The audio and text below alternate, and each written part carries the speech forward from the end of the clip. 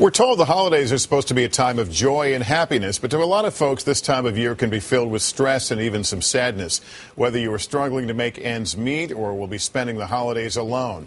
Here with a holiday survival guide is R.G. Allen, a relationship therapist and director of clinical training at Drexel University. Good morning, R.G. Good to have you here. Good to be here, Lester. You and I were chatting a moment ago. One of the biggest stress things, of course, is just time. You don't feel like you have enough time to get things done. Give me some just general advice to make the holidays less stressful. Then we'll talk specifics. Here's the thing. We've got to have realistic expectations. We've got time. We've got money issues. Sometimes we're dealing with loss. And the real deal is during the holiday season, we've got to remember what the reason for the season is. And sometimes it's not about spending time giving gifts. It may be time giving the gift of love or giving the gift of yourself. I tweeted about this segment a bit earlier and received lots of responses. A lot of them had to do with family. One person tweeted, the most stress-inducing dilemma this season is dealing with family. Would you say that's up there at the top? Yeah, and here's the bottom line. You can pick and choose your friends. You can't pick and choose your family. And sometimes you would spend time with your family in ways during the holiday that you wouldn't normally do around the year. So you've got to sort of keep it in perspective.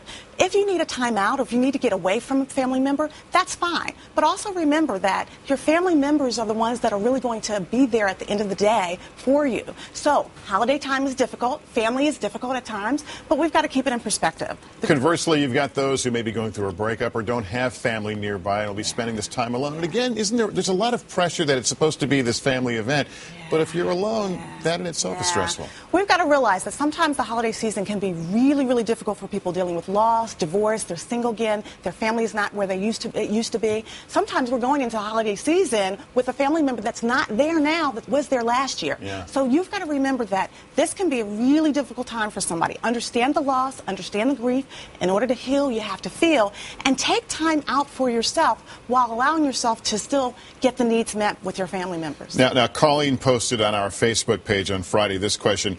When you know the holidays will be taxing, how do you tell family members you'd rather not visit them without hurting their feelings? Oh, well, Lester, here's the deal. We can't be responsible for everyone's feelings. At the end of the day, they're responsible for their feelings. If you're not feeling it's not in your heart, you shouldn't go. Too often, we say yes out of fear versus no out of love. So if you're not wanting to go visit, maybe you do something different. You spend time with a friend, you send the kids with your spouse, and you take time for yourself this holiday season. If they're your family or friends, they'll understand. All right, we've got someone in the crowd. I think Kathy is in the crowd right now. She's got a question for you, RJ. Here it is. Kathy? Hi. I just wondered, how do you deal with all the pressure that, the gifts that you're buying for all your loved ones won't meet their expectations? Yeah.